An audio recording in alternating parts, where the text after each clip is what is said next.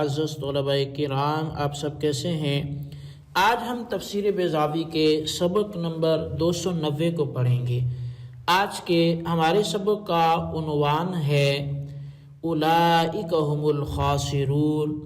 آج کے ہمارے سبق کی عبارت اسی آیت سے شروع ہوتی ہے اور اس کے ساتھ ساتھ کیف تکفرون باللہ سے بھی آج ہم کچھ موتی چننے کی کوشش کریں گے۔ تو بڑھتے ہیں بلا تاخیر آج کے سبق کی عبارت اور اس کے ترجمے کی طرف، اس کے بعد اس کی باقاعدہ وضاحت بھی ہم کریں گے۔ مصنف علیہ رحمہ لکھتے ہیں اولئک هم الخاسرون، یہی وہ لوگ ہیں جو نقصان اٹھانے والے ہیں۔ یہ اللہ تبارک و تعالیٰ کے کلام کا حصہ تھا جو سابقہ آیت سے پورا ہوا۔ اب مصنف تفسیر میں لکھتے ہیں الذین خسروا باہمال العقل عن النظر، یہ وہ لوگ ہیں کہ جنہوں نے نقصان اٹھایا عقل کو غور و فکر سے مہمل کر کے، معطل کر کے، واقتناص ما یفیدہم الحیات الابدیہ، اور اسی طرح باہمال پہ اس کا عطف اقتناص ہے، اور ان چیزوں کی تحصیل سے عقل کو معطل کر کے کہ جن کے نتیجے میں ان کو حیات ابدی مل سکتی تھی۔ وَاِسْتِبْدَالِ الْإِنْكَارِ وَالطَّعْنِ فِي الْآيَاتِ بِالْإِيمَانِ بِهَا، اور انہوں نے نقصان اس طور پر بھی اٹھایا کہ ان آیتوں کا انکار کر دیا جن پر انہیں ایمان لانا تھا اور ان پر طعن کر دیا۔ وَالنَّظْرِ فِي حَقَائِقِهَا، کہ جن کی حقیقتوں پر غور فکر کرنا تھا، اور والاقتباس من انوارها، اور ان کی انوار سے فیضیاب ہونا تھا، واشتراء النقد بالوفاء، اور ان کے وفا کے بدلے نقد کو خریدنے کے ساتھ انہوں نے نقصان اٹھایا۔ والفساد بالصلاح، اور صلاح یعنی درستگی کے بدلے میں فساد کو خریدنے کے ساتھ انہوں نے نقصان اٹھایا۔ والعقاب بالثواب، اور ثواب کے بدلے عذاب کو خریدنے کے ساتھ انہوں نے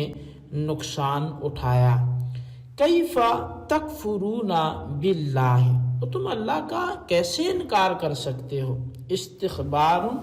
فیہ انکار، یہ استفہام ہے مگر اس میں انکار ہے۔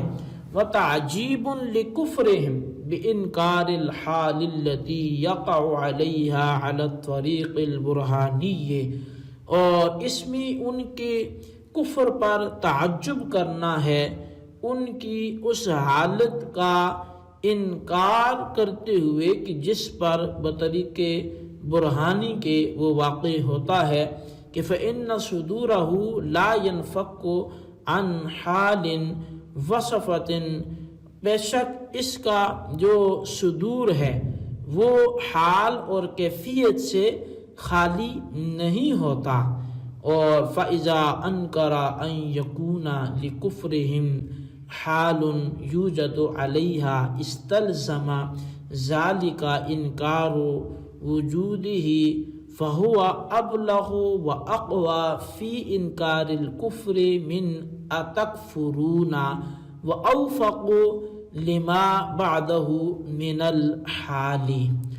اور پس جب اس کا انکار ہو گیا کہ کفر کے لیے کوئی حالت ہو جس میں وہ پایا جائے، تو اس سے کفر ہی کے وجود کا انکار لازم آیا۔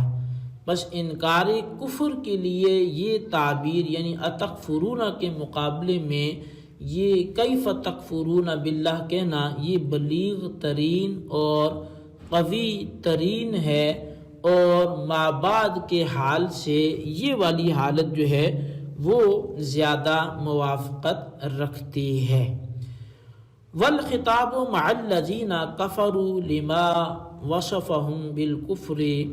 وسوء المقال وخبث الفعال خاطبهم على طریقۃ الالتفات۔ اور اتکفرون کا خطاب کافروں سے ہے جب اللہ تعالیٰ جل شانہ نے ان کے کفر کو اور بہودگی کو اور خبث فعلی کو بیان فرما دی اور ان کو اس کے ساتھ متصف کر دیا، تو اب ان سے التفات کی طریقے پر خطاب کیا، اور التفات کے طریقے پر خطاب کر کے وَوَبَّخَهُمْ عَلَى كُفْرِهِمْ مَعَ عِلْمِهِمْ بِحَالِهِمِ الْمُقْتَضِيَّةِ خِلَافَ ذَلِكَ،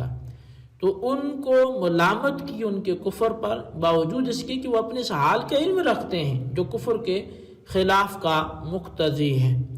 وَالْمَعْنَى أَخْبِرُونِي عَلَىٰ أَيِّ حَالٍ تَكْفُرُونَ،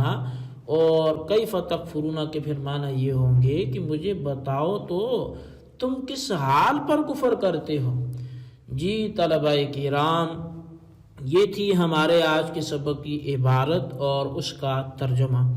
اب آئیے ہم اس کی وضاحت کی طرف بڑھتے ہیں اور ہم اپنے سبق کے خلاصے کو سمجھنے کی کوشش کرتے ہیں۔ مصنف علیہ رحمہ وہ لکھتے ہیں کہ اولئک هم الخاسرون کی جو تفسیر ہے کہ وہ یہی لوگ ہیں جو خسارے میں ہیں۔ اب یہ خسارے میں کیسے ہیں؟ تو اس کی تفسیر مصنف بیان کرتے ہیں کہ جس عقل کو استعمال کر کے انہوں نے عبرت حاصل کرنی تھی یا جنت حاصل کرنی تھی، وہ اس عقل کا استعمال ہی نہیں کر رہے، اس کو معطل کر دیا، اور جن چیزوں کو اپنا کر دائمی زندگی ملنی تھی، حیات ابدیہ جنت کی، وہ ایمان کو ہی انہوں نے چھوڑ دیا، اور جو ایمان لے کر اور اس کے حقائق میں غور کر کے انہیں راحت اور سکون ملنا تھا، اس پر تو وہ انکار کرتے رہے، اس پر تو انہوں نے طعن شروع کر دیا۔ اور اسی طرح انہوں نے وفائے عہد کے بدلے نقد عہد کو خرید لیا، یعنی ہونا یہ چاہیے تھا کہ جو انہوں نے وعدہ کیا تھا کہ ہم جب وہ رسول آئیں گے تو ان کی تصدیق بھی کریں گے، ان پر ایمان بھی لائیں گے، اور یہ ساری باتیں وہ کرتے رہے، تو جب وہ آئے تو یہ بدل گئے، انہوں نے ایمان لانا ہی چھوڑ دیا، تو گویا وعدے کا وفا کرنا، پورا کرنا، یہ ان کی رسپانسبلٹی تھی، یہ ان کی ذمہ داری تھی، لیکن اس کے بدلے میں نقد وعدے کو توڑنے کا یہ بلیم انہوں نے اپنے اوپر لے لیا۔ اور اسی طرح ایک طرف اصلاح ہے اور ایک طرف فساد ہے، تو اصلاح تو یہ تھی کہ یہ آخری نبی صلی اللہ علیہ وسلم کی بات مانتے، ان کی پیروی کرتے، ان کی اطاعت کرتے، اور فساد یہ کہ ان کے خلاف چل کر بغاوت کی، تو انہوں نے اصلاح کے بدلے فساد کو لیا۔ اسی طرح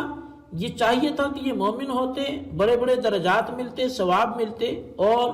یہ خلفائے راشدین جیسے ان کے نقش قدم پہ چلتے یا مقام کی حاصل کرتے، عشرہ مبشرہ ہیں، دیگر بڑے بڑے صحابہ کرام نے بڑے بڑے مقام حاصل کیے، مراتب حاصل کیے، لیکن انہوں نے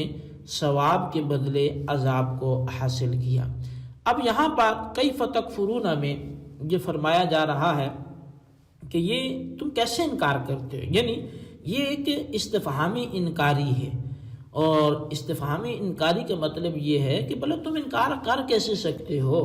ان کی کفر اور ان کی حالت کو دیکھے اور پھر ان کے انکار کو دیکھے تو تعجب ہوتا ہے کہ یہ کیسے انکار کر سکتے ہو، تم اس طرح کیسے کر سکتے ہو؟ اس کی وجہ کیا ہے وہ تو آگے اللہ تبارک و تعالیٰ بیان فرمائے گا اگلے الفاظ میں کہ تم تھے ہی کیا کہ تم انکار کرتے ہو، تمہیں جو کچھ دیا وہ اللہ نے دیا اور پھر تمہیں ادھر ہی لوٹ کے بھی آنا ہے، تو تم کب تک یہ انکار کرو گے؟ تو بہرحال یہاں پر اللہ نے اسلوب بدل دیا، یعنی پیچھے جو بات چل رہی تھی وہ غائب کے درجے میں تھی کہ اولئک هم الخاسرون، وہی جو ہیں وہ خسارے والے، نقصان والے۔ اب یکدم سے اللہ تبارک و تعالی نے غائب سے خطاب کی طرف التفات کیا، اور اس پر ہمارا تفصیلی کلام وہ سورہ فاتحہ کی تفسیر میں گزر چکا کہ التفات کے فوائد کیا ہیں اور اس سے کلام میں کیسے نشاط اور دلچسپی پیدا ہوتی ہے اور اس کی حکمتیں کیا ہیں۔ لیکن یہاں پر اتنا ہی کافی ہے کہ غائب کلام چل رہا تو اللہ نے اس کو خطاب کے ذریعے بیان فرمایا کہ وہ پہلے غائب کے درجے میں تھے اور اب مخاطب کر کے فرمایا کہ تم کیسے ایسا کر سکتے ہو. جی یہ ہمارے آج کے سبق کی عبارت، اس کا ترجمہ، اس کی وضاحت تھی. اس کو آپ اچھی طرح سمجھیں، اس کے خلاصے کو اپنے رجسٹر پر لکھیں اور بالخصوص ان سوالات کے جوابات دیں. سوال نمبر 1 یہ ہے کہ التفات کیا ہوتا ہے، وضاحت کریں. اور سوال نمبر 2 یہ ہے کہ ان کو خسارے میں کیوں بولا گیا اور وہ خسارے میں کیسے گئے، وجہ بیان کریں. اللہ تبارک و تعالیٰ سے دعا ہے جو کچھ ہم نے پڑھا سنو سے یاد رکھنے کی توفیق نصیب فرمائے. آمین بجاہ النبی الامین صلی اللہ علیہ وسلم.